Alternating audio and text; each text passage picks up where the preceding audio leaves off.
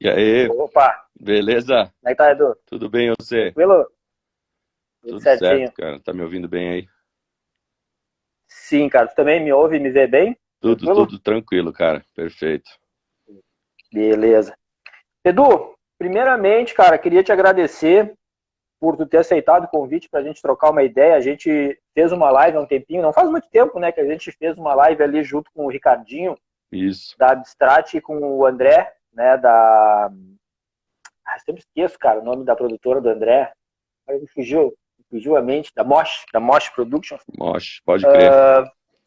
Falando sobre ali a retomada dos shows, que a gente estava começando, né, a voltar aos shows, né, Sim, lembro, em cara. lugares fechados, lugares abertos e tal, foi bem legal. E eu tinha comentado com pô, voltando a fazer uma live para falar do Nervo Chaos, né, cara? Então, tive a ideia, esperei ali para ver como é que tava a turnê, disse, pô, vou chamar o cara para ver se dá certo. Então, Valeu, cara. Prazerzaço casou, estar aqui batendo esse papo contigo aí. Obrigado pelo convite. E pô, tamo beleza, aí, cara. bater esse papo aí, legal. Dizer, cara, que é uma grande satisfação, uma honra, né, cara, tá falando com um dos grandes, digamos assim, batalhadores do underground no Brasil.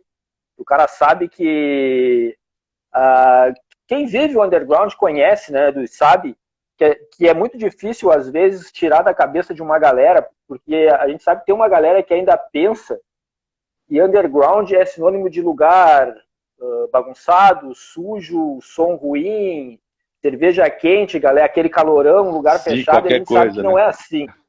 É, acha assim, não, underground é assim mesmo. Não, cara, não é que é assim mesmo, né? Já se foi o tempo que era assim mesmo.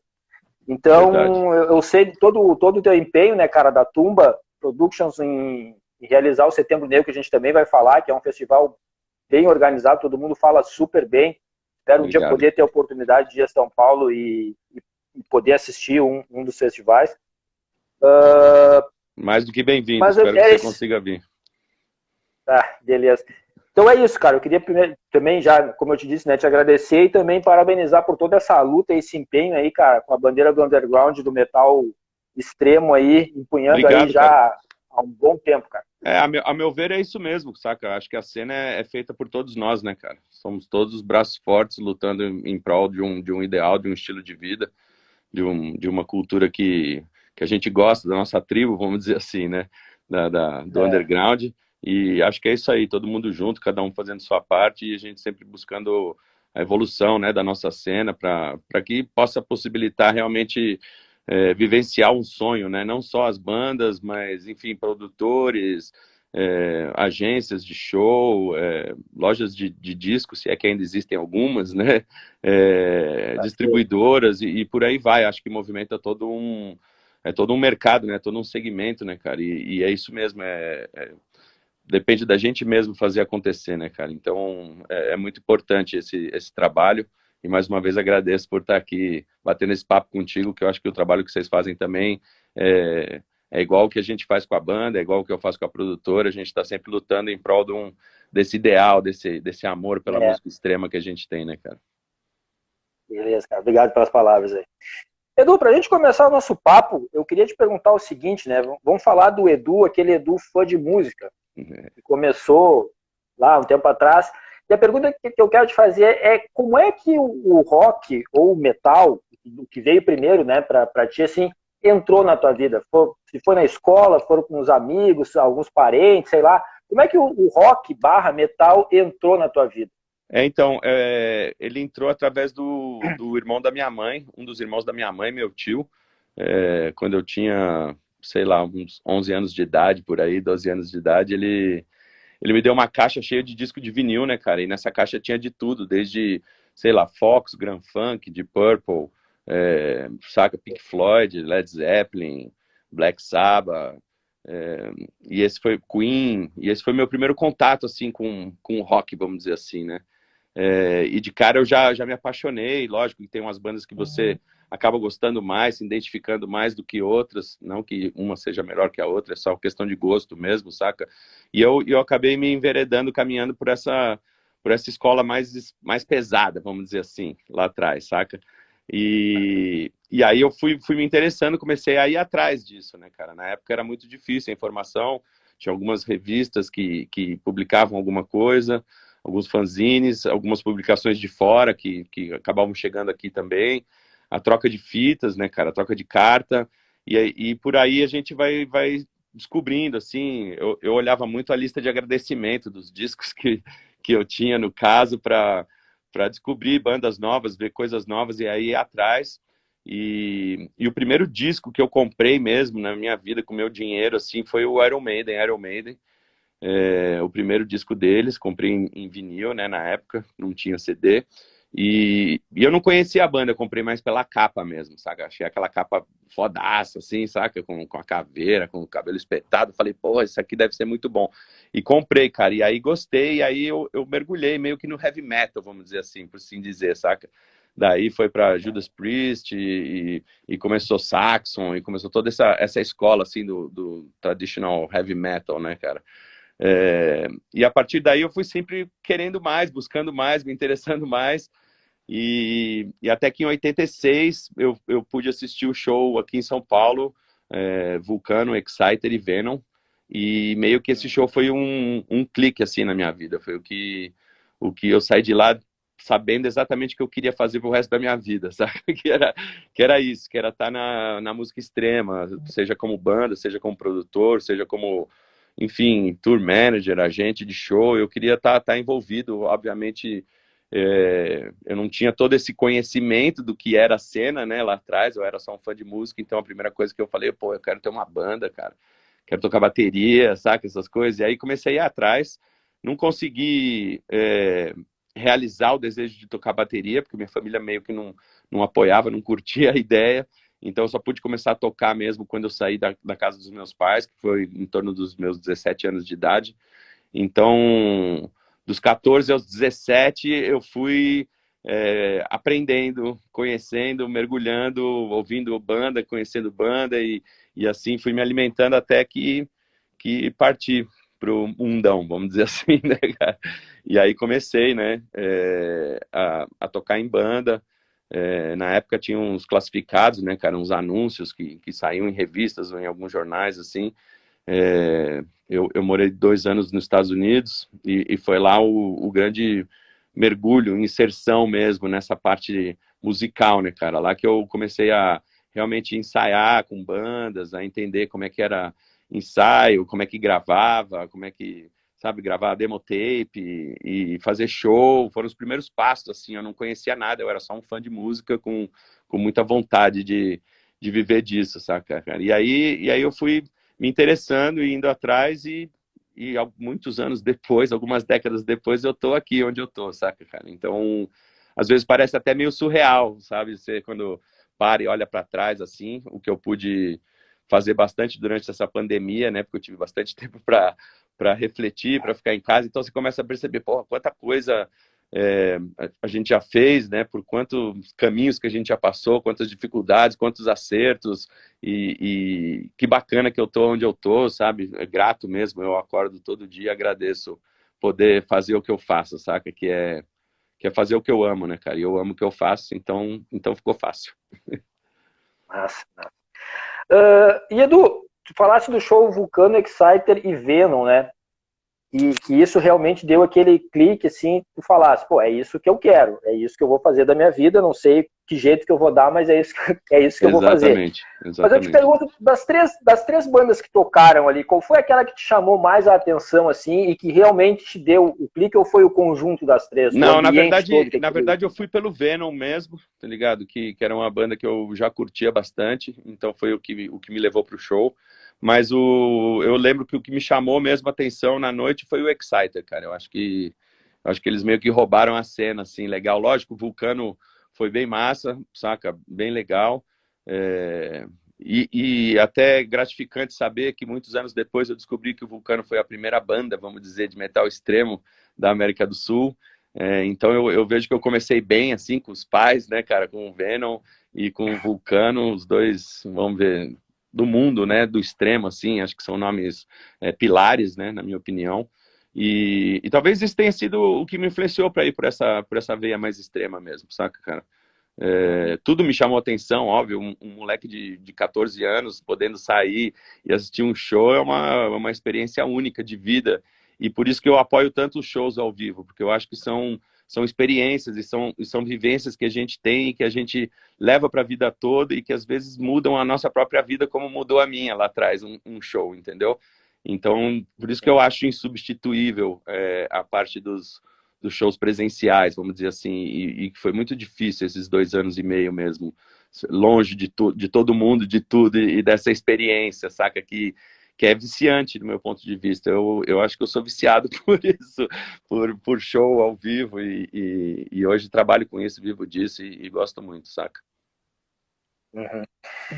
Edu, aí tu tivesse esse insight, né, esse lance de querer isso para tua vida e tal, tu falasse da bateria, mas assim, bandas, né? Quando é que aconteceu de tu participar de banda, de entrar para alguma banda, de formar uma banda e já pegando já esse lado aí das bandas, falando também da ideia, né, e do nascimento do Nerval Chaos? Então, na verdade, até o final dos anos 80, vamos dizer, até 89, o máximo que eu consegui era fazer um som com alguns amigos do colégio, uma coisa bem descomprometida, não posso nem chamar de banda mesmo, era vamos tentar tocar uma música ou duas e se divertia, se encontrava, fazia aquela zoeira, saca?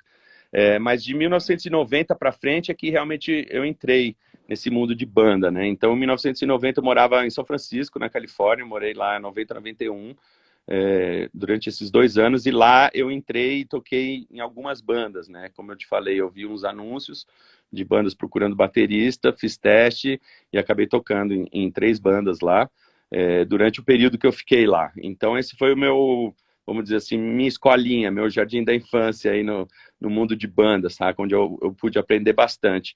Aí eu voltei para o Brasil, então de 92 para frente, aqui no Brasil, eu toquei numa banda de hardcore um tempo, e depois eu entrei para o Sigrid Ingrid, que é uma banda de thrash metal aqui de São Paulo, e foi em 92 mesmo, acho que em torno de outubro, setembro ou outubro de 92, que eu entrei para o Sigrid, onde eu fiquei 4 anos no Sigrid, né? Então o Sigrid também foi uma belíssima escola para mim de entender como que funcionava uma banda, como que era show, e aprimorando essa arte que eu comecei lá atrás em 90, saca? Então, de 90 a 96, eu tive as bandas que eu toquei quando eu morei lá nos Estados Unidos, foram 3.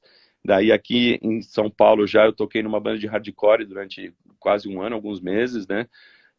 E daí eu entrei no Sigrid, onde eu fiquei 4 anos. Descontente com o andamento das coisas no Sigrid e Ingrid, né? Porque eu queria realmente profissionalizar, viver daquilo, tentar viver da arte de tocar, da música, entendeu? E na época o punk estava com um problema com dependência química, algumas coisas, o que impossibilitava a banda de crescer e de se profissionalizar. Por mais talento e potencial que a gente tinha na época, todas as oportunidades eram perdidas por causa disso, saca? Então esse descontentamento gerou uma ruptura que foi a saída nossa, e eu digo nossa porque não saiu só eu, saíram os 2 guitarras e o baixista na época também, do Sigrid, ficou só o vocal, né? E aí a gente decidiu montar uma banda para fazer as coisas do jeito que a gente acreditava e que a gente sempre queria, mas a gente sempre tinha feito parte de banda de outras pessoas, então a gente não tinha muito essa voz ativa, saca? De falar, vamos assim, vamos assado, é meio toca aí, fica na tua, saca? Então, acho que o Nerval Chaos nasceu assim, cara, nasceu com vontade de seguir uma coisa, o nosso ideal, a nossa proposta e profissionalizar para a gente conseguir um dia viver disso e poder se dedicar e focar somente a fazer música e a tocar, saca? E foi o que a gente veio buscando desde 96 com o Nerval Chaos, né? Apesar de todas as mudanças de formações, os percalços que a gente teve aí nesses quase 26 anos já de estrada, acho que hoje o Nerval Chaos já está num patamar bem interessante, se comparado com o que a gente estava lá atrás, quando a gente começou, né, do zero. Então, hoje a gente já consegue viver disso, saca? Fazer turnês mundiais. Então, por isso que eu falei lá atrás que eu me sinto muito feliz e agradeço todo dia de poder estar fazendo isso, porque não é só talento, né, cara? Eu acho que é sorte também, que é garra, que é persistência, que é uma série de fatores que acabam culminando para isso, saca? Então, a ideia do Nerval Chaos mesmo, acho que surgiu ali, no finalzinho do Sigrid, meados de 96, onde a gente queria dar um passo à frente mesmo, e sair daquela banda de de hobby, de diversão, que não tem nada errado, mas a gente queria ir para um outro time, né, cara, que é esse time de Sim. banda estradeira, porque eu cresci vendo as bandas que eu gostava sempre saindo em turnê e constantemente estando em turnês, e eu comecei a entender que esse era o único caminho. Se você quisesse viver de banda, era tocar o máximo possível, divulgar seu trabalho, para a banda ir ganhando uma base de fãs maior e conseguindo, enfim, oferecer mais e receber mais também, saca? Então, desde que eu comecei a curtir som, eu tive essa percepção, sabe? De, pô, as bandas fazem show, fazem turnê, e como é que é? E aí eu começava a acompanhar e entender, e aí o que era bom eu tentava aplicar no Nervoqueus, né? Pra mim, pra vida, sabe? Eu acho que é esse o caminho, não tem segredo, né, cara? Uhum. 96, então, surge o Nervo Chaos e em 98 vem o primeiro álbum, Payback Time. Eu queria que tu Exato. falasse um pouquinho dessa experiência, né? Porque, por exemplo, tu falasse do Sigurd Ingrid, né? Era uma banda de thrash metal, né? Já o Nervo Chaos é uma banda mais brutal, death Sim, metal, uma pegada bem mais, digamos assim, agressiva do que sim. aquela que o Sigurd Ingrid trazia. Como é que foi, Edu, essa, digamos assim, não sei se a gente pode chamar de transição, mas essa mudança daquele estilo que tu estava ali tocando thrash metal para a formação do Nervo Chaos, já com uma sonoridade mais brutal, mais agressiva, assim, e como é que foi a gravação do Payback Time e também a percepção de vocês depois dele pronto, assim, ele saiu aquele trabalho que a banda queria. Claro que a gente sempre sabe, né, que depois que sai, o músico diz assim, podia ter mudado uma coisinha aqui, Sim, ainda mais se a sim, gente falar de um normal. álbum que saiu em 98, né? Normal, Mas normal. naquele momento que o álbum saiu, qual foi a percepção de vocês a respeito do trabalho? Não, acho que, iniciando a tua pergunta, né, no Sigrid, não era uma banda nossa, né? Era uma banda que a gente entrou, que já existia, então tinha uma proposta, tinha uma linha, e eles queriam seguir essa linha, o que é super compreensível. O Nervoqueus a gente começou a poder trazer cada um as suas influências, as suas vontades, as suas ideias, e a gente sempre foi uma banda muito aberta, né? No sentido de todo mundo compõe, é tudo parte do Nervoqueus. A gente não põe nos discos assim música de fulano, letra de Beltrano, solo de não sei quem. Não, é tudo Nervoqueus, porque o que importa, eu acho que é a banda. É, e para mim, essa veia mais pesada foi meio que natural, porque eu comecei a enveredar lá atrás por essa veia mais pesada, com Venom, com Slayer. Então tinha aquela coisa satânica, aquela veia negra mesmo, saca? Com um lado mais extremo. Eram as bandas que eu curtia e eu queria fazer esse tipo de som, né, cara? Uma pegada mais agressiva. Não que o Sigurd não fosse, era legal pra caramba, mas a gente não queria ficar limitado ao thrash metal. A gente queria poder adicionar elementos de death, elementos de grindcore, do que for. Eu acho que o Nervokill sempre foi isso. A gente sempre prezou por isso, por navegar livremente entre todas as vertentes da música extrema, sem se prender a um rótulo específico, saca? E é natural, e eu entendo as pessoas rotularem por uma questão mercadológica, às vezes, ou por uma questão de botar um rótulo, não tem problema nenhum, mas o conceito, na minha visão do Nervoqueus, é esse. Então, o primeiro disco nosso, na verdade, a gente já vinha trabalhando essas músicas na época do Sigrid Ingrid. Só que o vocalista na época não participava dos ensaios, já não estava vindo do ensaio, então estava só a banda, só tinha o instrumental. A gente estava, vamos dizer, esse seria o segundo disco do Sigrid Ingrid, na verdade, as músicas que compuseram o primeiro disco do Nervoqueus. E quando a gente saiu da banda, como as músicas eram nossas, a gente tinha escrito, a gente estava ensaiando, a gente meio que levou as músicas pro Nervoqueus, né, cara? Escolhemos 4, gravamos uma demo primeiro, que era até uma formação em quinteto, porque a gente tinha um vocalista, então éramos 5, vamos dizer assim, na época da primeira demo, que saiu em 96 mesmo, saiu tipo um mês depois que a gente formou a banda. E aí a gente sofreu a nossa primeira mudança de formação, vamos dizer assim, né? Saiu o vocal, o guitarrista que tinha vindo junto conosco, um deles, do Sigrid, voltou para o Sigrid Ingrid, que é o Guber, né? O André Guber. E aí o Nervo acabou ficando como um trio, e como um trio a gente entrou em estúdio e gravou esse primeiro disco, que é o Payback Time, né, cara? Então a gente gravou ele no estúdio do pessoal do Corsos, do Pompeu e do Eros, acho que é Mr. Som que chama, né? Mr. Não Som. lembro, é. E, E a gente gravou lá, e para nós era demais, era assim, porra, até o nosso primeiro, vamos dar a luz ao nosso primeiro filho, assim, aquele projeto que a gente já vinha trabalhando lá numa outra banda, e a gente já saiu da banda, daí sofreu uma mudança de formação, já estavam começando a fazer show, saca? Mas era importantíssimo a gente lançar o debut, o nosso primeirão. E até por isso que eu acho que as músicas do primeiro disco são tão diferentes do que veio depois com o Nervo Chaos, porque isso era meio que uma fase onde a gente ainda estava no Sigrid, era bem uma transição, a gente meio que escreveu essas músicas pensando no Sigrid, não pensando em nenhuma outra banda, e quando a gente trouxe para o Nervo, a gente deu uma adaptada, óbvio, né, mas ele é o que é, e eu gosto muito desse disco, porque ele é mais uma veia thrash mesmo, tem uma pegada às vezes meio crossover, saca, com uma mistura de hardcore ou de grind ali, aqui, mas é um disco muito legal, que a gente ainda toca pelo menos duas músicas dele nos shows ao vivo, saca? E esse foi o nosso debut, que só saiu em 98, mas desde que a banda foi fundada em 96, como eu falei, a gente lançou a demo já em 96, já com a ideia de cair na estrada, né? Então, por isso, do lançamento de uma demo. Vamos botar uma deminho aí, porque daí a gente pode conversar com os produtores e oferecer a banda, né? E começar a cair na estrada. E foi como o Nervo começou. Óbvio que com uma intensidade bem menor do que o que a gente tem hoje, né? Tanto na frequência de lançamento como na frequência de shows, mas o embrião foi isso aí, cara. E aí, quando o disco saiu, a gente ficou feliz pra caralho, porque ele foi muito bem recebido. Ele ganhou, se eu não me engano, até disco do ano em uma outra publicação, vamos dizer, especializada, né, cara? E a gente ficou muito contente. Ele vendeu bem, rendeu a nossa primeira turnê, sabe? Antes e depois dele, vários shows a gente conseguiu fazer com várias bandas foda, assim, sei lá, tipo Biohazard, Creator. Conseguimos ter essa oportunidade na Palm Def, tocar com o Crisium também. Então, para a banda foi muito bom. Foi um passo muito importante e eu gosto muito desse disco, como todos, né? Mas esse é muito especial por ser o debut e por ter toda essa história por trás, vamos dizer assim, né?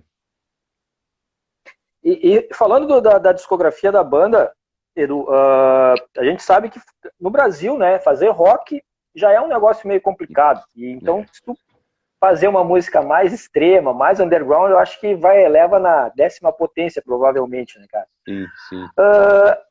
A gente analisando, assim, pegando a discografia da banda, até 2010 ali, a banda tinha uma regularidade de mais ou menos 4 anos entre um álbum e outro. Né? E, cara, completamente normal, porque a gente sabe, cara, provavelmente todo mundo tinha um outro trabalho, né? Que era aquele que realmente pagava as contas no início e tal. Sim. Sabe também que para uma banda underground poder lançar um trabalho não é chegar assim, tem uma gravadora disponível. Nem sempre, ainda mais quando a gente fala de metal extremo, né? Mas assim, do Payback Time ao Battalions of Hate ali, tinha esse intervalo de 4 anos, né? É verdade. Aí teve o ao vivo, Live Rituals ali, foi o ao vivo, e já no próximo ano, aí a gente pode até dizer assim que teve, o espaçamento foi ficando menor, que do Battalions of Hate pro To The Death, foram 2 anos, porque o To The Death é de 2012. Exato. Seria esse momento, Edu, digamos assim, entre o Battalions of Hate e o To The Death, eu não quero usar a palavra profissionalização, porque a banda já era profissional, mas que teve, digamos assim, Não, mas eu acho que profissionalização é uma boa palavra até, para te dizer a verdade. Sabe? Porque foi meio isso mesmo, saca? E acho que você captou bem. O ponto de mudança na banda, mudança estratégica, né? Eu quero dizer assim. Foi exatamente isso. Foi a partir do Battalions of Hate, saca? A partir de... A primeira tour que a gente fez na Europa foi em 2008, então isso já foi um despertar, assim, para mim, saca? Que foi pré-Battalions, né? E aí, quando saiu Battalions, eu realmente...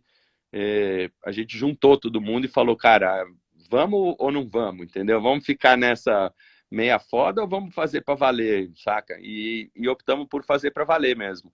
Então, para isso acontecer, a gente tinha que diminuir a frequência de lançamentos, porque, tipo, Copa do Mundo estava difícil, e justamente como você falou, era muito difícil porque tinha mudança de formação, cada um tinha um trabalho, a banda foi independente praticamente até o Battalions of Hate, porque eu fundei a Tumba lá atrás, e a Tumba acabou viabilizando todos os lançamentos do Nervo Chaos nessa época, porque a gente teve o segundo disco que foi lançado pela Destroyer, na verdade, mas a gente não ficou muito satisfeito com o trabalho que eles fizeram, saca? Mas todos os outros foram lançados pela Tumbi justamente por isso, porque a gente não conseguia nenhuma oferta interessante, nenhuma proposta bacana para lançar a banda, então eu resolvi montar um selo para poder lançar a própria banda e a gente ia acreditar e ir atrás, entendeu? Então até o Batalhons foi isso mesmo. E aí, se você olhar do Batalhons para frente, aí a gente entrou na Cogumelo, a gente diminuiu a frequência de lançamentos, de em vez de 4 anos, era de 2 em 2 anos, e a gente aumentou bastante a intensidade de shows, né? Então as turnês começaram a pegar para valer, sabe? E a gente foi também expandindo o território, né? Então começou no Brasil, depois a gente expandiu para a América do Sul, daí a gente foi para a Europa, e assim a gente foi expandindo o território, saca? Então, até chegar onde a gente está hoje. Então, eu acho que 2010 é um bom ano para dizer que houve essa mudada de estratégia dentro do Nervo Kills, até para acelerar mesmo e ver se era isso mesmo, ou se a banda ia ser uma banda de hobby, ou se a gente ia profissionalizar, entendeu? Por isso que eu acho que profissionalizar é uma boa palavra, porque não é que a gente não fosse profissional, mas a gente não ganhava o suficiente para viver, e eu acho que o profissional é isso, quando você recebe, é remunerado para fazer aquilo que tu faz, independente do que seja, e no nosso caso é tocar, entendeu? Então 2010 para frente que a gente começou mesmo com remuneração e aí melhorando a parte financeira, a parte estratégica, comercial dentro da banda, encarando a banda mais como um negócio mesmo, como um negócio da nossa vida, entendeu? Se a gente quer poder tocar todo dia, quer poder se dedicar à música, a gente tem que pensar nesse lado comercial dentro da banda, não comercial no termo sonoro, mas comercial no termo de negócio mesmo, saca? Para poder todo mundo largar um outro emprego e se dedicar a esse trabalho, vamos dizer assim, que é tocar, que é fazer a banda, que é gerir os negócios da banda e buscando o crescimento, né, cara? Porque eu acho que não para aí, não é só conseguir receber um cachê e tal, é como você vai viver disso e evoluir dentro disso, sem se perder na sua proposta inicial. Eu acho que esse é o grande desafio, saca? É conseguir manter a proposta inicial, conseguir profissionalizar, conseguir se divertir ao mesmo tempo, porque senão também não tem graça, tá ligado? E viver disso. Então, é uma combinação de fatores, né, cara? E eu acho que a gente vem sendo bem sucedido. Óbvio que tem coisinhas para melhorar, coisas para evoluir, mas a gente está sempre aprendendo e sempre buscando essa evolução, né, cara? Tu comentasse, né, que em 2008 foi a primeira turnê na Europa da banda. Sim. Cara, e como é que foi, cara, isso de chegar lá e tocar? Porque o que acontece, né? Existe na maioria, pelo menos dos fãs, eu acredito que tem muito fã de música, assim, que tem aquela visão de que, pô, os caras foram pra Europa, deve ter tocado em altos teatros, aquele baita público, não sei o que e tal, viagem de avião daqui para ali. A gente sabe que não é assim. Dá pra banda, claro, tirando um Iron Maiden, Metallica, da vida, bandas realmente grandes, a gente sabe que é isso. Mas a maioria das bandas não é. A maioria das bandas, até de médio porte, assim, a gente sabe que não é, e quem dirá do underground. Como é que foi encarar essa primeira turnê pela Europa, assim, com quem vocês tocaram de bandas, assim, já conhecidas, e como é que foi a receptividade do europeu ao som do Nervo Kills? Então, para nós é sempre mágico estar em turnê, é sempre sensacional, mas essa primeira turnê na Europa, assim, foi uma coisa surreal, tipo, sonho de moleque, sabe? Algo que a gente nunca imaginou conseguir atingir e de repente estava acontecendo com a gente. Por mais underground que fosse, a gente não tava ligando pra porra nenhuma, a gente tava feliz pra caralho de poder estar indo pra Europa e estar fazendo... Se eu não me engano, a gente fez, acho que 24 shows em 30 dias, foi alguma coisa assim. Foi bem intenso, foi um mês, e a gente pegou o inverno lá, né, cara? Então a gente chegou neve, frio, uma realidade totalmente diferente. Obviamente que antes de ir, sempre tem aquele sonho de que, pô, lá é melhor, lá, como você falou, é só casa fodida, é só show lotado, aquela fantasia, né, cara? Mas a realidade é bem diferente. Obviamente que tem, sim, seus lugares fantásticos, suas casas de show de alta estrutura, tem shows que tem um público fodaço também, mas tem aquelas roubadas, como tem em qualquer lugar, saca? Casa de show podreira, poucas pessoas em alguns shows, especialmente shows durante a semana, o que é muito mais difícil, show de segunda, terça, quarta, em termos até de público, né? Então, toda banda passa por isso e acho que é super natural, é um processo evolutivo. Acho que você tem que fazer os shows pequenos para apreciar os grandes shows também, saca? Faz parte do crescimento como músico e com o tempo você vai aprendendo a tentar evitar essas roubadas. Você vai aprendendo como é que se trabalha. Então, a primeira foi mágico. Os shows foram mais shows underground, tiveram alguns shows com uma infraestrutura bacana. A gente não tocou com nenhuma banda gigantesca, conhecida de renome, só bandas do underground mesmo. A gente teve, sim, a visita de vários integrantes de bandas conhecidas, saca? Como, sei lá, Destruction, Tankard. A gente estava na cidade, eu conheci os caras acabaram indo no show, então isso foi muito bacana. A gente fez amizades que foram para a vida e que são amigos até hoje, e toda vez que a gente vai para a Europa a gente encontra as pessoas quando a gente está nessas regiões. Mas para nós, como moleque lá atrás, porra, a primeira turnê era tipo assim, cara, consegui realizar aquele sonho de moleque, de fazer uma turnê com a minha banda, de ter um disco lançado e ir pro exterior. Então foi fantástico, cara. A receptividade foi muito boa. Eu acho que não só nós, mas acho que o metal sul-americano no geral é muito bem visto e muito bem recebido em outras partes do mundo. Falando do Brasil especificamente, acho que a gente tem um tempero nessa música internacional que a gente faz que é único nosso e que agrada muito os estrangeiros, vamos dizer assim, saca? Eu acho que o brasileiro, além de tudo, ele tem uma raça, uma frustração, um ódio muito grande dentro do coração por tudo que a gente vive, que a gente passa, e acho que isso transmite na música, saca? E as pessoas percebem, saca? E dão um puta valor nisso, sabem da dificuldade que sabem a dificuldade que a gente passa no país que a gente vive. Então a gente sempre foi muito bem recebido. Óbvio que tem algumas exceções, tem momentos de dificuldades, de problema, mas em linhas gerais foi sempre muito positivo e nessa primeira tour não foi diferente com a gente, mano. Ah, legal, cara, legal. Tu tocasse num ponto ali que eu queria te perguntar, é o seguinte, falasse de troca de formação, né? E Sim. acho que o Nevocaus teve bastante troca de Infelizmente, formação, né, cara? milhares, na verdade, eu vejo assim, cara, a gente teve, se eu não me engano, acho que 25 ou 26 formações já na banda. Quase uma por Eu ano. vejo, assim, todos os ex-integrantes como parte...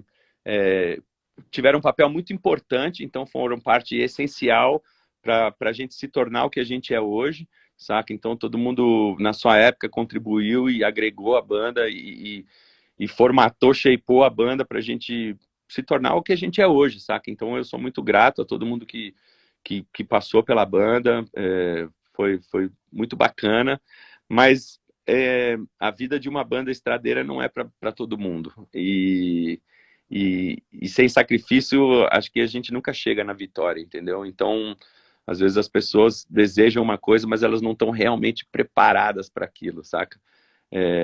Não é fácil, você tem que realmente amar muito o que você faz e ter garra, cara, ter persistência e trabalhar, ensaiar, tocar, e assim vai, cara.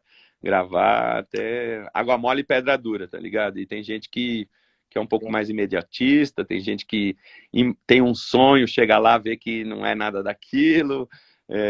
Então a banda vai se, vamos dizendo, vai se moldando conforme as coisas acontecem. Eu geralmente não sou eu que tiro ninguém da banda, que expulso ninguém da banda, pelo menos as últimas mudanças de formações não foram por isso, saca?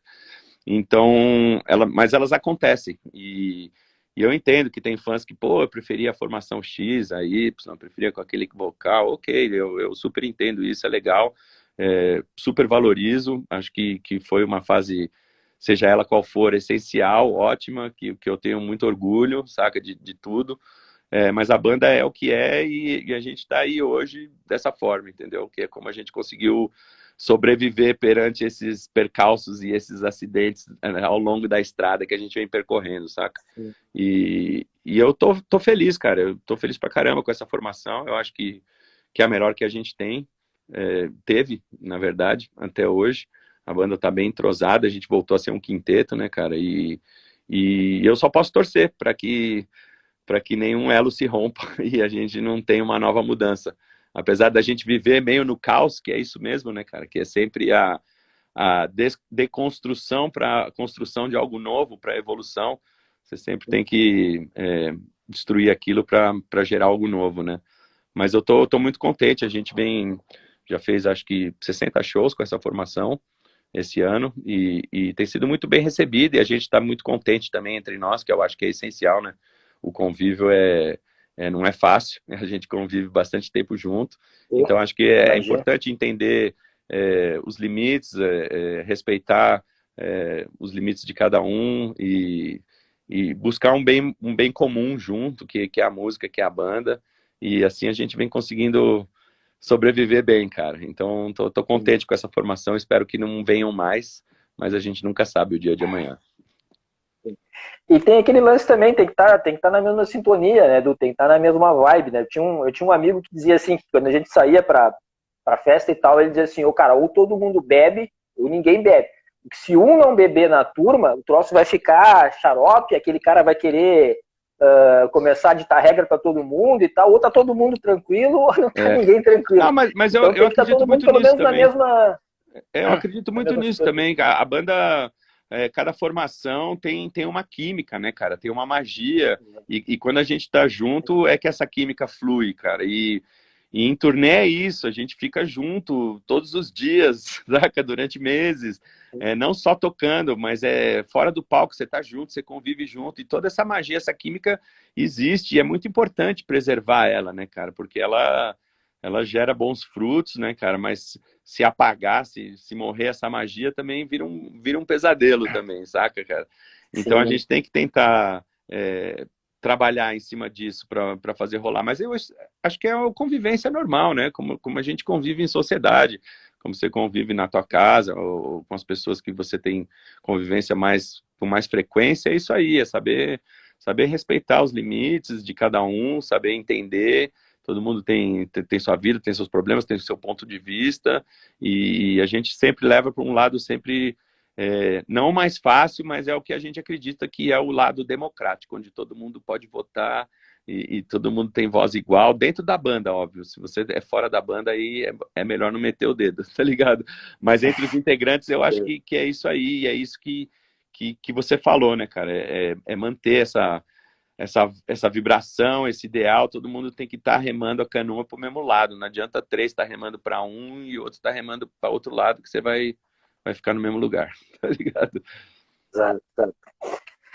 Edu, 10 álbuns de estúdio, né, cara? Uma história aí já beirando, que nem dissesse, 26 anos, né? Um álbum ao vivo, 10 álbuns de estúdio, uma discografia, cara, respeitável no underground. A gente parar pra pensar que quais bandas hoje conseguem manter uma sequência, né, cara, de bons lançamentos, assim. Não tô fazendo média aqui, cara. Obrigado. Quem me conhece sabe.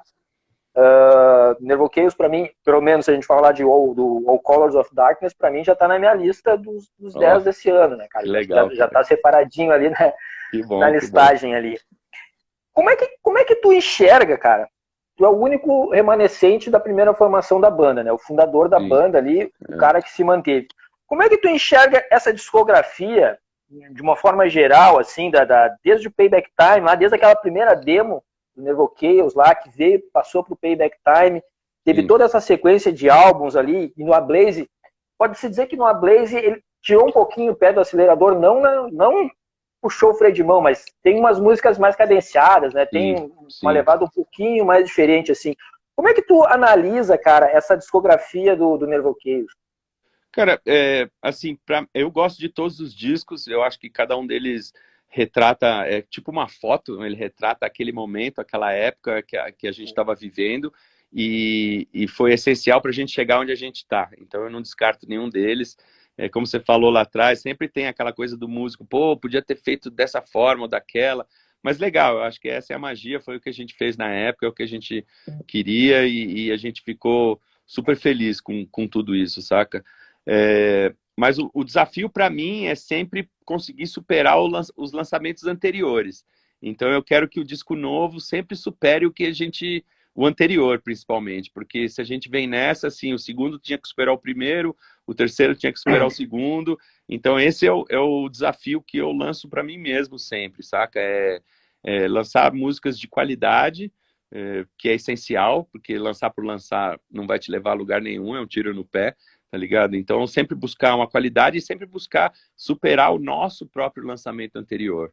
Então eu olho sempre muito para o que a gente fez, eu escuto as nossas músicas, eu acabo me influenciando por elas mesmo, eu acabo tentando mudar algumas coisas que talvez não foram tão assertivas no passado com a banda, e assim a gente vai moldando a banda. A banda tem um desafio de superar o seu lançamento anterior, de se manter fiel à sua proposta, e ser o que a gente não tentar ser o que a gente não é, entendeu? Porque a gente é uma banda ao vivo, então o CD, o álbum é sempre essencial, é um passo essencial para nós como banda, porque vai registrar um momento de composições que a gente fez, o momento da banda, é também uma oportunidade para a gente sair em turnê, porque com disco novo a gente consegue vender mais show, vender turnê e tá rodando a banda, então por isso a ideia de ter uma frequência de lançamento, onde a gente pode estar sempre voltando para alguns lugares e dizer, não, a gente está voltando depois de um ano, porque a gente tem um show diferente,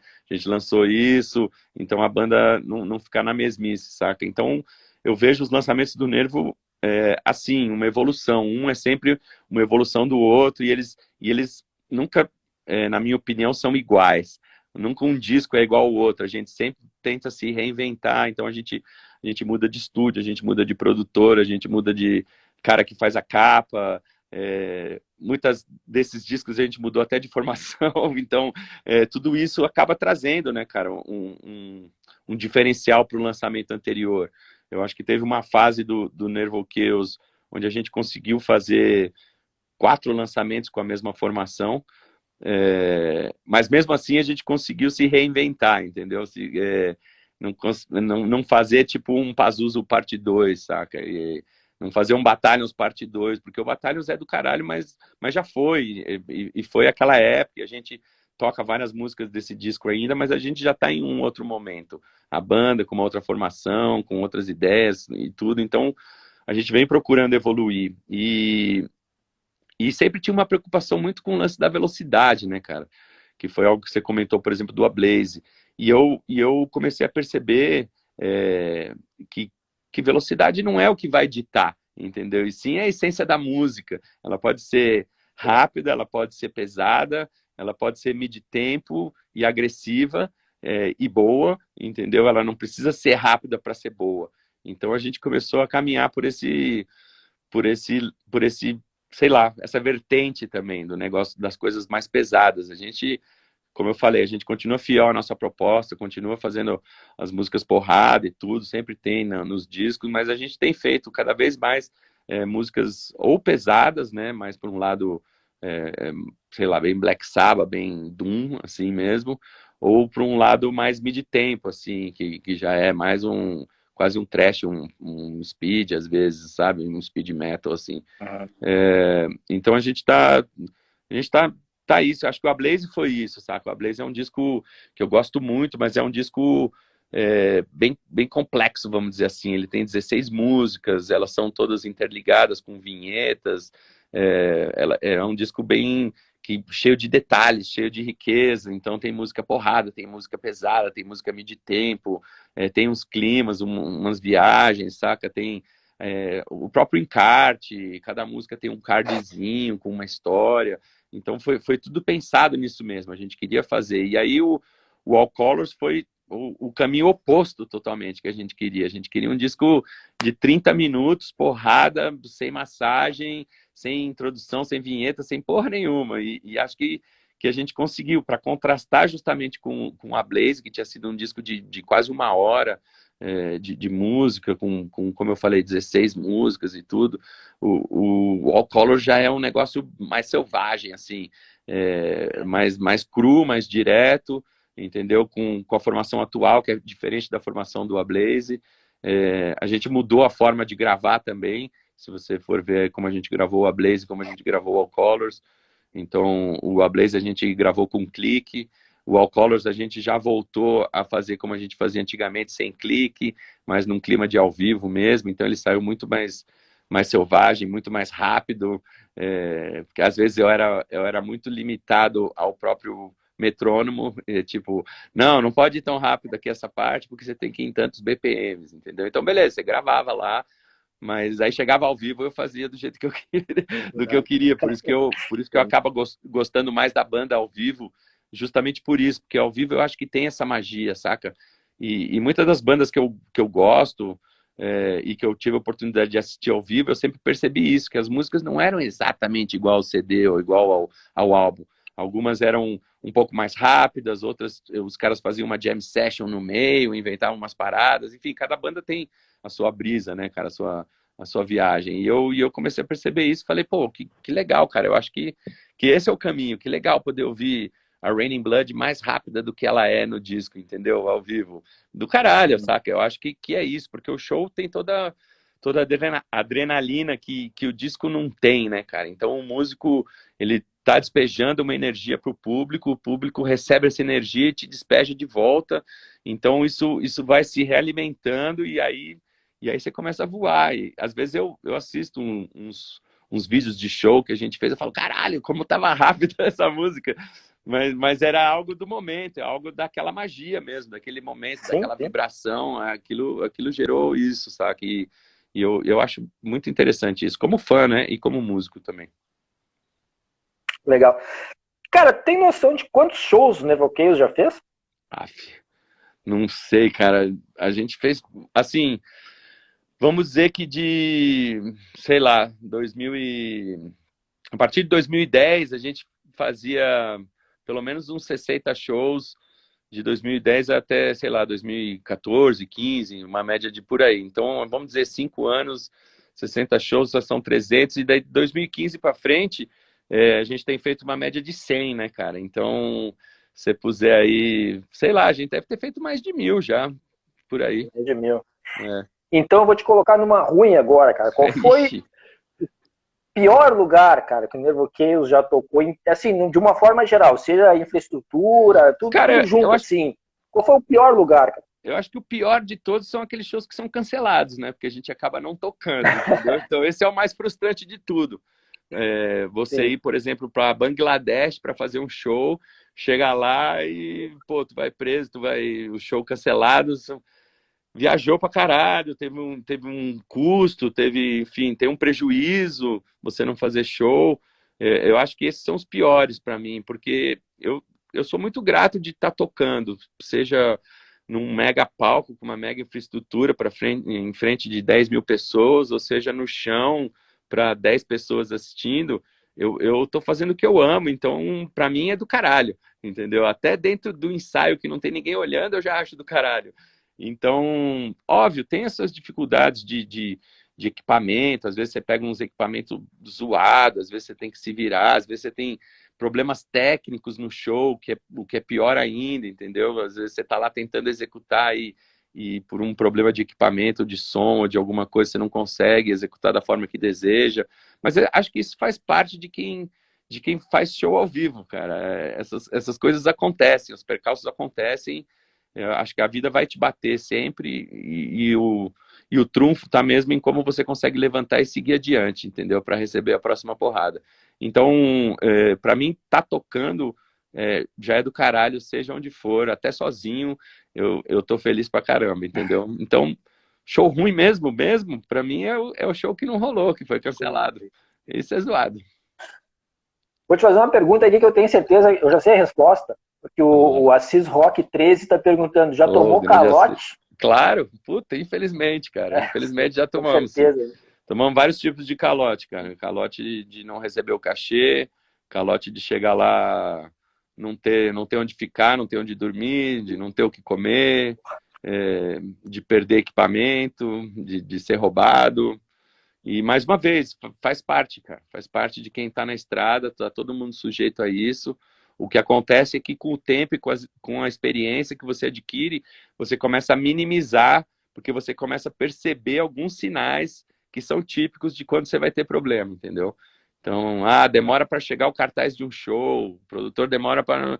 Você já sabe que alguma coisa não vai ser do jeito que deveria ser, sabe? Então, com o tempo, você pega essa experiência, essa malandragem, vamos dizer assim, de perceber, falar, puta, aquilo ali tá cheirando roubada para mim, cara. Porque justamente a gente já vivenciou isso, né? Então a gente já ficou na mão, já teve roubada de vários tipos, assim, saca? De que você puder imaginar. Mas faz parte, infelizmente. E já pegando esse gancho de shows e produção e tal, vamos falar agora um pouquinho, a gente depois volta a falar do Nervo Kings antes Claro, da gente acabar, mas vamos falar da Tumba, né? claro. De como surgiu a ideia da Tumba, uh, qual foi o primeiro show realizado pela Tumba, e já também, já emendando nessa pergunta, para não ficar muitas perguntas assim, a ideia do Setembro Negro Festival. Então, cara, eu trabalhei alguns anos junto com o pessoal da banda Crisium. E isso, somado com a experiência que eu tive de viver no exterior, me fez perceber uma série de coisas, sabe? Me fez perceber o quanto estava carente, ou o nicho de mercado que tinha aqui no Brasil, lá atrás, na época, onde ninguém acreditava na música extrema, vamos dizer assim. Tinham shows muito esporádicos que aconteciam. Os shows que rolavam com maior frequência eram os grandes nomes, o que era do caralho, mas todo o underground, ele meio que lutava muito para poder existir, ou praticamente inexistia. É, e então, com essa experiência que eu tive viajando com o Crisium, conhecendo bandas, conhecendo como é que é o show business, morando no exterior, os 2 anos que eu morei também, eu fui percebendo que eu podia fazer algo. E se fosse para fazer algo, eu queria fazer algo pelo Brasil, por ser brasileiro, por morar aqui, por ser headbanger. Eu queria que o Brasil tivesse na rota dos shows, eu queria que na rota dos shows underground, né, das bandas extremas, entendeu? Eu queria que o Brasil tivesse no mapa. Eu ficava muito frustrado de saber que, sei lá, o Def, por exemplo, veio tocar no Chile, na Argentina, e não veio tocar no Brasil, saca? Tinham bandas que vinham para cá, para América do Sul, mas não vinham para o Brasil, por qualquer motivo que seja. Então eu resolvi formar a Tumba. Lá atrás eu comecei como muvuca, né? E era tipo ainda, né? Tipo um 3 em 1, né? Então eu fiz um selo, eu fiz uma distro barra loja, e eu fiz uma produtora de shows. E comecei a trabalhar nesses 3 braços, vamos dizer assim, né? Cada um teve os seus momentos, a sua vida própria. Então, por exemplo, com a distro eu comecei primeiro pelo correio, depois eu montei uma loja na galeria, fiquei uns anos ali, depois eu saí, continuei pelo correio, fiquei no escritório, e agora eu estou online, vamos dizer. A gente tem uma loja virtual online da Tumba, onde eu vendo títulos em CD, LP, essas coisas e tal. Então eu continuo com ela, de certa forma. Pelo selo eu fiz alguns lançamentos, lá atrás, no começo dos anos 2000, principalmente de bandas nacionais, saca? Lancei Horned God, lancei Zoltar, lancei Subterra, lancei o próprio Nervo Chaos, lancei Insanity, Hell Sakura, o Collapse NR, enfim, por aí foi. E aí tô de volta agora com o selo, com a pandemia, eu resolvi reativar o selo de novo. Eu tô para fazer o relançamento do primeiro disco do Sigrid Ingrid, o Pissed Off, que vai fazer 30 anos, então a gente está fazendo uma reedição bem bacana dele, então vai ser um lançamento que vai estar saindo pela Tumba. E na parte de booking, né, de agenciamento de shows e turnês, eu comecei primeiro com bandas nacionais, com bandas menores, o próprio Sigrid, depois, sei lá, Dorsal Atlântica, Muqueca de Rato, por aí foi indo algumas bandas, não lembro todas, me desculpem as bandas, porque foram vários shows. E aí o primeiro show internacional mesmo que eu fiz foi o Agnostic Front, em 97. Foi a primeira turnê deles, inclusive, pelo Brasil. Então, essa foi a minha primeira produção internacional, vamos dizer assim, né? Aí depois eu comecei a ir para o lado mais do metal extremão mesmo, com Deeds of Flesh e Disgorge. E aí, no começo do ano 2000, é que eu vim com a ideia de montar festival.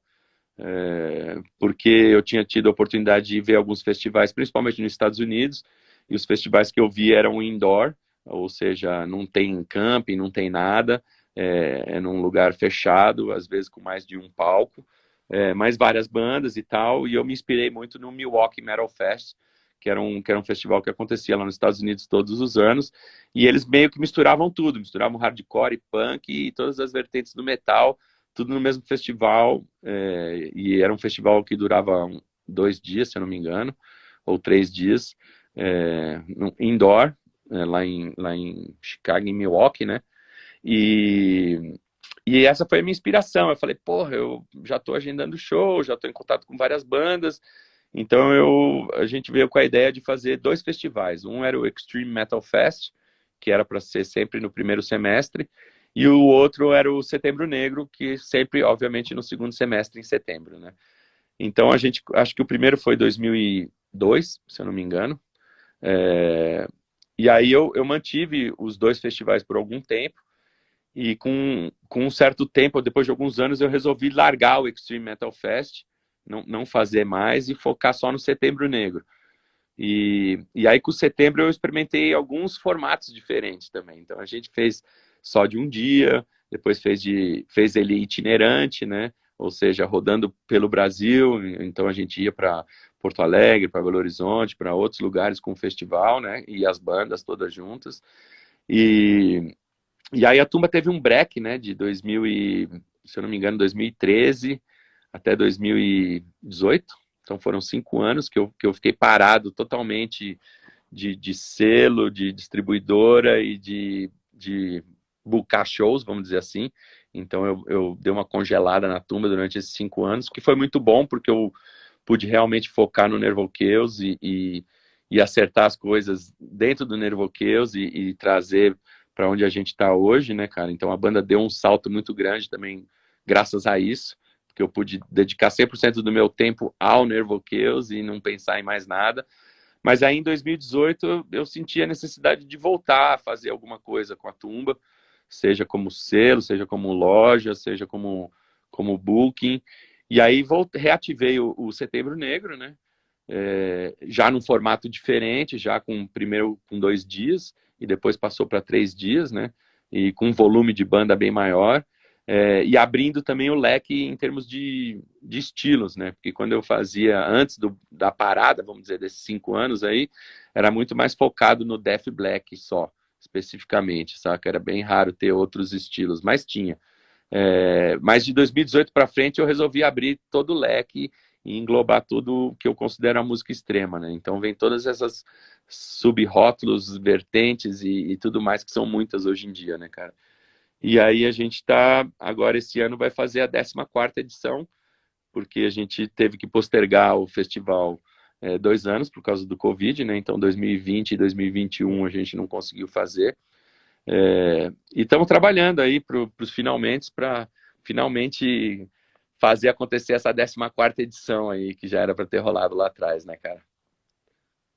Perguntar, falasse que teve em 2019, né? Teve a edição 2019 Sim. e provavelmente, né? Quem trabalha com shows, festivais, já pensa, já nem aconteceu aquela edição de 2019, já estava pensando na edição de 2020, né? Sim, sim. Tu já tinha bandas, digamos assim, já agendadas para a próxima edição e que acabaram vindo para agora 2022, ou tu tivesse que refazer todo o cast desse Não, festival de agora? várias bandas a gente conseguiu manter, entendeu? E algumas, no meio do caminho, saíram por um motivo ou por outro, sabe? Tiveram diversos motivos diferentes, desde conflito de agenda, banda que acabou, enfim, coisas acontecem e a gente tem que saber contornar e lidar com isso, entendeu? A gente mesmo não cancelou as bandas. A gente cancelou uma banda lá atrás, 2 bandas, na verdade, por motivos diferentes, mas as outras mudanças não foram por nossa culpa, não. Então, quando a gente anunciou 2020 até agora, houveram algumas mudanças, 2 delas, as primeiras foram por causa do festival mesmo, e o restante foi por causa de problemas com as próprias bandas, né? Então, sei lá, a banda não tomou vacina, não vai poder entrar no Brasil, entendeu? A banda sei lá, recebeu uma oferta para fazer uma turnê em outro lugar e ganhar mais dinheiro, resolveu não vir mais pro festival e ir para outro lugar, entendeu? A banda acabou, então tive que trocar a banda, saca? E assim a gente vai lidando com os problemas, né, cara? E a mesma coisa pro ano seguinte, como você estava perguntando, em 2019, eu já tinha falado com muitas bandas, se não a maioria delas, mas às vezes acaba mudando alguma coisa no meio do caminho, saca? Por qualquer motivo que seja, saca? Então, por mais que a minha vontade mesmo era, quando acontece o Setembro Negro desse ano, por exemplo, eu já poder anunciar o do ano que vem com todas as bandas confirmadas, mas eu acabo não fazendo isso para poupar um pouco da dor de cabeça que é tratar com a frustração das pessoas porque a banda X ou Y deixou de vir, entendeu? Sim. Então a gente anuncia normalmente as datas para garantir o período e sim, tem um cast já que eu tenho em mente já, por exemplo, para 2023, praticamente completo já, mas eu nem comecei a falar com todo mundo ainda, eu só falei com algumas bandas.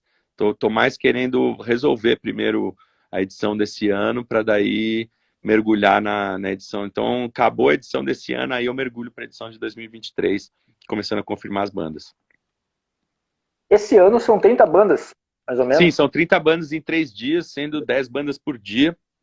A gente tem 9 bandas nacionais e 21 bandas internacionais, e uma mescla de estilos que passa pelo heavy metal, pelo thrash, pelo death, pelo black, pelo post-black metal, pelo doom, pelo stoner, pelo sludge, e por aí vai, no que eu estava falando, naquele monte de rótulos que existe hoje em dia na cena. Para mim é tudo música Sim. extrema, que é mais fácil. Tudo metal. É mais fácil. Tudo a mesma Sobrenome é o família, mesmo, é né? uma Todo família mundo... só. Isso aí. Sobrenome é o mesmo. Deixa eu te perguntar, cara, agora com relação ao Setembro Negro ainda, como festival, né, e produtor, até mesmo como fã, tem alguma banda assim que tem um sonho de trazer para tocar no festival?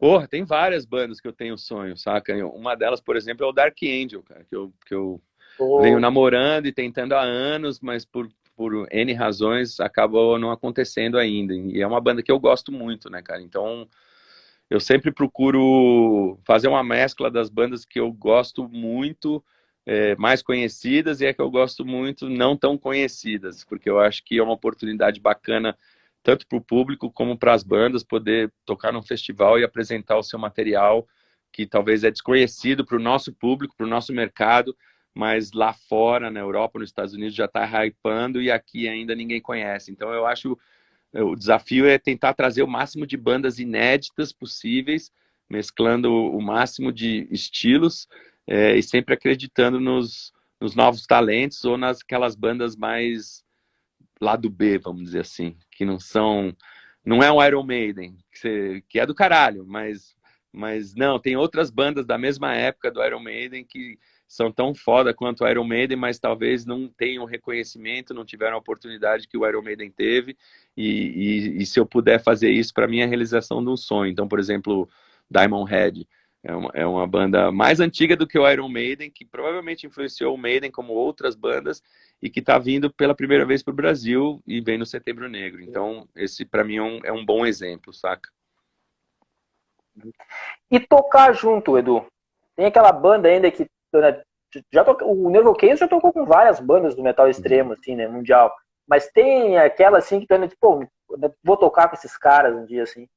Ah, cara, eu gosto muito de algumas bandas, não mais pelo meu gosto pessoal e muitas vezes pelo relacionamento que eu tenho com os integrantes de amizade, saca? Eu acho que para mim isso faz toda a diferença, porque eu já, infelizmente, conheci bandas que eu amava o som, mas que os caras eram um puta cuzão, e aí dá mó bode, a Zé do pé do frango mesmo, entendeu? Mas, então eu prefiro, se eu puder escolher, e nem sempre a gente pode escolher, né? Mas eu prefiro sempre estar em turnê com bandas que eu gosto e que são amigos e que têm a mesma linha de pensamento, né, cara? Então, por exemplo, estar em turnê com o Crisium, por exemplo, é algo para mim sensacional, porque a gente tem uma amizade de 30 anos, e além disso eu gosto muito do trabalho deles, do som deles, então fica tudo muito mais fácil para todo mundo, saca? E vice-versa. Então, mas teve banda que eu nunca toquei, que eu gostaria muito de ter a oportunidade de ter dividido o palco com eles. Uma delas, por exemplo, é o Slayer. Adoraria poder ter dividido o palco com os caras um dia. Não por nada, mas porque para mim é uma das minhas bandas que me influencia, que me fizeram ser o que eu sou hoje, entendeu? Sim. Uh, cara, me fugiu, eu tava com a pergunta aqui agora, me fugiu, mas nós falando sobre shows, né? Falasse de criar amizade, assim, teve aqueles de tocar junto, de estar em turnê, assim, que acabou criando aquela amizade que carrega junto para a vida toda, Sim, digamos assim? com certeza, cara, com certeza. Não só tocando com o Nervo, mas também trabalhando como produtor na Tumba. Às vezes você desenvolve um laço de amizade que transcende o negócio, entendeu? E eu acho que isso é sensacional quando rola, entendeu? Então eu tenho a oportunidade de ter hoje pessoas que eu posso chamar de amigo de bandas que eu cresci ouvindo, que eu nunca nem imaginava, e hoje são meus amigos, vamos dizer assim, sei lá, o Sepultura, o Cannibal Corpse, ou o próprio Crisium, ou Ratos de Porão, é, por aí vai. Eu acho surreal. Assim, para mim às vezes eu até paro no meio da conversa e falo, caralho, surreal, hein, mano? Tá aqui conversando com, sabe, contigo, essas coisas assim, é surreal. E dividir o palco então é mais surreal ainda, saca? Porque é, sei lá, quando por exemplo, a gente tocou junto com o Venom Inc., fez uma turnê na Europa junto com o Venom Inc. Para mim, porra, tá junto no mesmo ônibus do que o Mantas e o Abaddon é algo, porra, surreal. Graças ao Mantas é que eu comecei a tocar bateria. Então, se você me falasse lá em 86, você vai fazer uma turnê junto com esse cara aí, vai.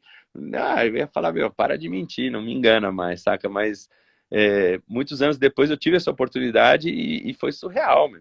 Surreal ter a amizade dele.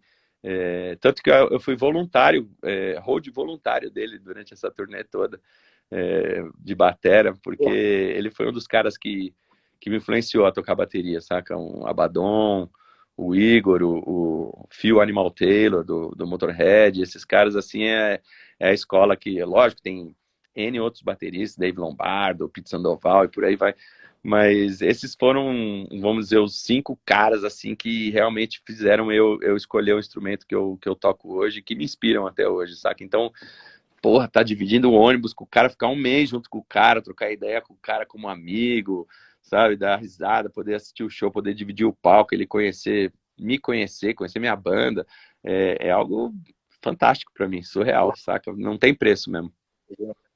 Imagina. Cara, o que o Edu ouve fora do metal, cara? De música? O que fora do metal, assim? O que o Edu gosta de ouvir? Cara, eu gosto muito de blues, no geral, principalmente o blues mais antigão, John Lee Hooker, Albert King, por aí vai, saca? É, Little Richard, Robert Johnson. Gosto muito de jazz, gosto muito daquelas tipo Big Band anos 30, assim, pra caramba.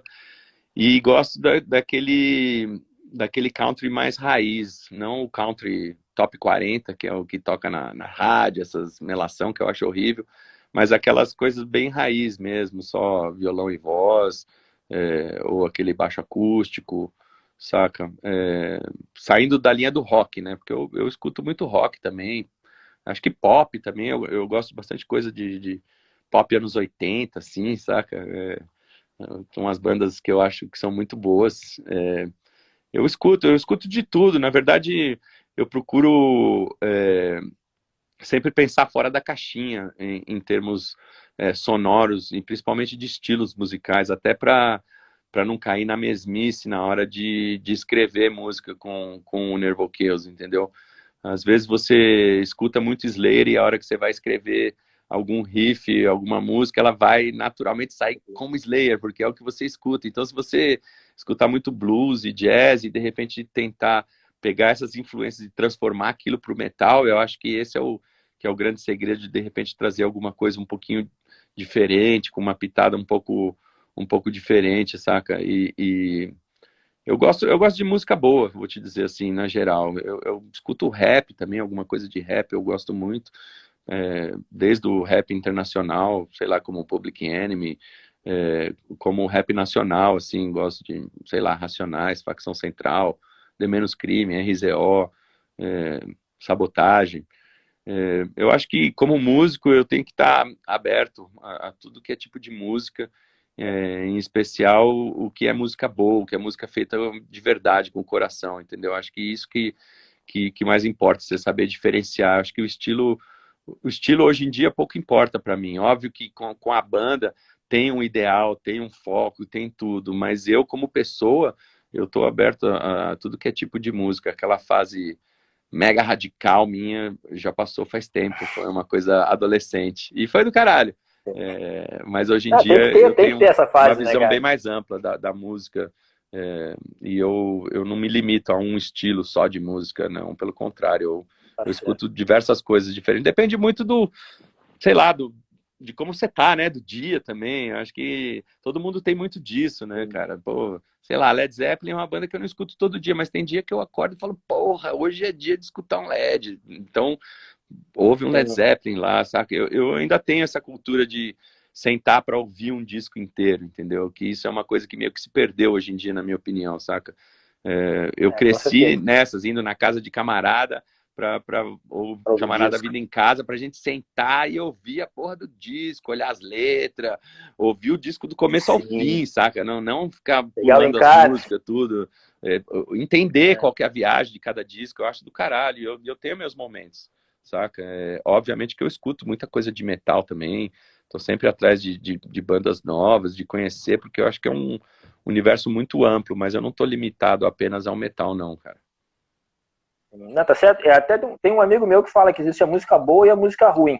Eu Aí também é sou critério de desse, cada um, né? eu sou dessa opinião Exatamente. também, cara. E gosto é gosto, né, cara? Sim. Não se discute, só se lamenta. Exato, E o que seria do exato. azul se não fosse um amarelo? Se todo mundo gostasse da mesma coisa, a vida ia ser chata pra caralho, entendeu?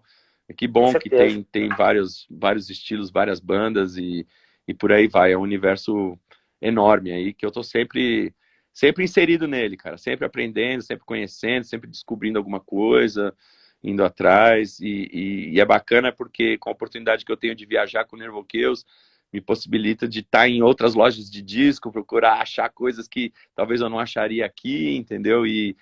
Essa é a minha caça, vamos dizer assim. Eu estou sempre atrás de um disquinho, de um CD, de uma parada, da mídia física em geral, né, cara? Porque Sim. quando quero apoiar as pessoas e as bandas e os artistas que eu gosto, eu faço isso. Eu vou no show quando eu posso, eu compro material direto do artista, do site dele, porque é uma forma de apoiar, e eu, como músico, sei disso, entendeu? Aquelas bandas, aquelas pessoas que eu gosto, saca? Então eu tenho essa, não diria nostalgia, mas eu tenho essa viagem, assim, essa é a minha brisa, tá sempre aí comprando música, sempre indo atrás. Dá pra chamar o Edu de um cara colecionador de disco, de vinil, de alguma Ah, banda ou não? acho que sim, cara. Eu tenho É? vamos dizer, as bandinhas de cabeceira, assim, eu tenho, por exemplo, o próprio Slayer, né, cara? Sou fanático por Slayer, mas eu sou fanático por uma fase do Slayer específica. Eu tenho tudo que eles lançaram, vamos dizer assim, de estúdio, discografia oficial, eu tenho completo, saca? E Uhum. agora a minha caça é sempre por bootlegs, né, cara? Eu vou atrás daqueles shows e eu sou bem específico. Eu gosto de 85, 86. Esses para mim são os anos que eu vou atrás do Slayer, do Iron Maiden mesmo. Eu sou mega fã do Iron Maiden, mas eu gosto de uma fase um pouco mais antiga, assim, 82, saca? De 80 a 84, assim, é o que eu procuro. Também tenho tudo deles de estúdio oficial, mas vou atrás dos bootleg. Eu tô sempre Metallica também é uma banda que eu gosto muito, mas todas têm uma fase específica, saca? E aí quando Sim. vou numa loja de disco, eu olho as novidades, olho o lançamento de bandas, discos novos dessas bandas, mas eu sempre tô atrás de bootleg, mano. Bootleg é a minha pegada, são aqueles, principalmente em vinil, né? Puta, se tiver em vinil, então, eu nessa turnê europeia aí gastei os tubos aí numa loja lá na Alemanha, mas comprei várias paradas legal, assim, aí agora que acabou a turnê, essa primeira parte, assim, eu tô conseguindo ficar em casa e ouvir todos aqueles discos que eu comprei, os CDs, até o que eu ganhei, né? Porque a gente acaba ganhando muita coisa na estrada, né? De camaradas de outras bandas, ó, o CD da minha banda aqui. Então, eu escuto todos, cara, eu passo um por um e, óbvio, tem algumas que eu me identifico mais e acabo indo atrás, né? Mas eu sou um colecionador, sim, diria, cara, de algumas coisas. E CD e Falando, LP é uma delas, é. falando de Slayer, né, cara, umas 2 semanas atrás eu fiz uma live aqui, cara, com alguns amigos aqui de Porto Alegre, aqui, a gente falando do Slayer, até o Márcio da Place, o Ah, Márcio sim, Jameson, grande Márcio. a gente participou aqui, a gente falou de Slayer, se soubesse tinha te chamado também, talvez, Ah, mas é que tu acha que estava em turnê também, não daria pra participar. Mas já pode que a gente ser. falou de Slayer, cara, deixa eu te perguntar uma coisa. Diabolos em Música, qual é a tua opinião sobre esse álbum? Ah, cara, pra mim, assim, pro meu gosto, eu amo Slayer, mas pra mim é até South of Heaven, cara. Tá certo.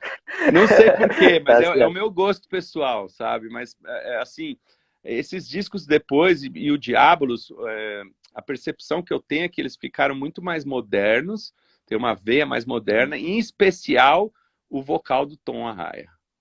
As linhas de vocais era muito mais para um Biohazard do que para um próprio Slayer, entendeu? Era muito mais Uhum. rapeado, uma parada meio rap, meio Biohazard ali, do que o que eles vinham fazendo antes, entendeu? E não que seja ruim, mas pro meu gosto, eu fico com os 4 primeiros do Slayer. Para mim é insuperável. Para mim é uma era que essa banda era imbatível, saca? Até o South of Heaven para mim, como fã de Slayer, como eu te falei, amo Slayer, tenho todo o material deles, inclusive o Diabolos, entendeu? Vou nos shows, eu ia nos shows, né, quando eles vinham, e eu tava aqui. Sim, É uma banda de cabeceira mesmo, mas que eu sou fanático mesmo, e aí entra o Edu colecionador, é até South of Heaven, cara. tá certo. A Marcela tá perguntando se a live fica salva. Fica salva, Marcela. Se o Instagram não der bug aqui, ela, de seguidinha que acabou, eu já publico ela, ela fica salva para assistir a hora que quiser, até porque eu também tô devagarinho, eu tô pegando todas as lives que eu já fiz e tô levando pro YouTube, canal do YouTube. Até digo aqui, o Rebel Rock tá no YouTube. Se alguém quiser se inscrever lá, eu gostaria muito. É uma força, porque eu tô levando todas as lives para lá também. Daqui a Massa, com pouco o certeza. Instagram dá um pau aqui, cara, e sei lá, perco tudo isso que tem aqui, então tá indo pro Exato. YouTube lá, fica guardadinho para assistir a hora que quiser. É isso Edu, aí. antes da gente encerrar, cara, eu queria te perguntar o seguinte: o que a gente pode esperar agora desse futuro próximo aí em relação ao Nervo Chaos, cara? Turnê pelo Brasil, turnê lá fora, já tem pensamento? Eu sei que o novo álbum recém saiu, mas já tem alguma coisa, pensamento em música nova, em álbum novo logo em seguida? O que a gente pode esperar do Nervo Chaos aí? Então, a gente, sim, agora em setembro, a gente volta com a segunda etapa dessa turnê, que iniciou esse ano. Então, a primeira etapa começou em abril e terminou em julho agora. E a segunda etapa nossa começa em setembro e termina em dezembro. E a gente vai começar praticamente o primeiro mês nos Estados Unidos. A gente vai fazer uma turnê lá junto com Hidden Intent da Austrália e com Ângelos Apátrida da Espanha. De lá a gente já emenda na Europa, onde a gente vai voltar esse ano pela segunda vez, mas a gente vai fazer alguns territórios que a gente ainda não fez na primeira vez, né? Então a primeira vez, que foi agora em abril, a gente ficou focado mais para o norte, vamos dizer assim, Escandinávia, e mais para o oeste, né? Ali Alemanha, França, Inglaterra, Bélgica, Holanda, esses países aí. Então, agora na segunda parte, a gente vai para Portugal, Espanha, Itália, ali para os Balcãs e para o leste europeu. Então, Estados Unidos emenda com a Europa, e da Europa a gente vem direto aqui para o Brasil, onde a gente vai dar sequência também a segunda parte, vamos dizer assim, porque a primeira a gente fez aqui várias capitais e alguns estados, mas tem alguns lugares que a gente ainda não passou e que a gente vai passar. Então, esse é o plano em termos de turnê para a gente. Então, até praticamente o Natal, a gente, de setembro, depois do Setembro Negro, do dia 5 para frente, aí eu vou estar em turnê com o Nervo Chaos até o dia 21, se eu não me engano, de dezembro. E aí a gente já tem um disco novo. Na verdade, a gente tem 2 discos novos prontos já, entregues para a gravadora. Então deve sair um disco novo agora no ano que vem. Não sei bem quando ainda. E a gente vai dar sequência à turnê, seja do All Colors ou seja do disco novo. A gente vai continuar na estrada em 2023. E a ideia em 2023, ir para alguns territórios que a gente optou por deixar de fora esse ano, tanto pelo Covid quanto pela situação de guerra ali, de Rússia, né, e Ucrânia, o problema com China, Taiwan também, então a gente meio que deixou de fora esse lado aí, essa região, agora em 2022, mas a gente pretende voltar em 2023, então para a Ásia, para a Oceania, para a África e fazer os lugares que a gente fez, né, que é América Latina, América do Norte e Europa de novo, né. Então esse é o plano para 2023. A gente deve bater esse ano, deve bater em torno de 120, 130 shows, e a gente está trabalhando para o ano que vem a gente chegar em torno de 200, então 200, 250, vamos ver o que a gente consegue, tentar realizar esse sonho aí, que eu tenho aí, com o Nervo. E o disco, né, que deve sair no começo do ano também, porque o All Color saiu em fevereiro, então acho que se sair em fevereiro de 2023 um outro disco, a gente, na verdade, tem 2 discos prontos, como eu falei, um é de música inédita, e um outro é só de cover. A gente gravou um disco só com covers. Nenhum cover que a gente já tenha gravado, a gente escolheu tudo covers novos, né? E esses 2 discos já foram entregues para a gravadora, que a gente está assinado agora, que é Emancipation, lá da Dinamarca, Emancipation Productions. Então a gente tem um contrato com eles de 3 discos, o que a gente já entregou os 3 para eles, agora é deixar acontecer. Então se tudo der certo vai sair, saiu 2021, agora saiu 2022, depois vai sair em 2023 e outro em 2024. Então, voltando lá atrás com aquele papo que a gente estava falando, a gente deu mais uma reajustada na banda aí, e a gente vai lançar agora do fim de Covid para frente um disco por ano, pelo menos nesses próximos 4 anos aí. Produtividade, criatividade. Tá, milhão, cara. Mas também ficamos 2 anos e ficamos 28 meses impossibilitado de cair na estrada, vamos dizer assim. Então a gente acabou utilizando esse tempo justamente para isso, né, cara? Como a gente tem um estúdio próprio, a gente pôde se isolar e ficar imerso no Nervo Chaos e pensar em tudo, pensar 4 anos para frente, entendeu? Então foi exatamente o que a gente fez. A gente ensaiou, compôs, gravou e usou esse tempo para preparar as armas mesmo, para quando começou a guerra a gente já tá preparado. Tá certo. Edu, mais uma vez, cara, queria te agradecer, desejar todo sucesso aí pro Nervo Chaos, pra Tumbra, pro Setembro Negro, que vem aí pela frente. Obrigado. Dizer que as portas do Rebel Rock estão sempre abertas aqui, cara, e dizer que foi muito legal trocar essa ideia contigo, e eu reafirmo aqui o que eu falei, te considero um dos guerreiros do metal underground do Brasil aqui, daqueles caras que baixa a cabeça e trabalha, não fica de mimimi nas redes sociais, porque tem muitos caras que gostam de dizer que apoiam e fazem, mas só sabem fazer mimimi em rede social, trabalhar que é bom é difícil, né? Então, cara, te parabenizar de novo e te agradecer mais uma vez por ter aceitado o convite, a gente ter trocado essa ideia aí, bem legal foi o papo. Valeu, cara, com certeza, foi um puta bate-papo legal pra caramba. Obrigado mais uma vez a você pela oportunidade aí, dessa bate-papo aí, que é sempre legal pra caramba, a hora voa, tá ligado? E queria dizer pra todo mundo aí seguir o canal da Rebel Rocks, seja no Instagram ou no YouTube, principalmente o canal novo, eu vi lá do caralho, mano, já somos seguidores, e sucesso, cara, sucesso pra vocês, e força pra todos nós aí. Beleza. Valeu, Edu, valeu todo mundo que assistiu aí, grande abraço, cara, boa noite. Boa noite.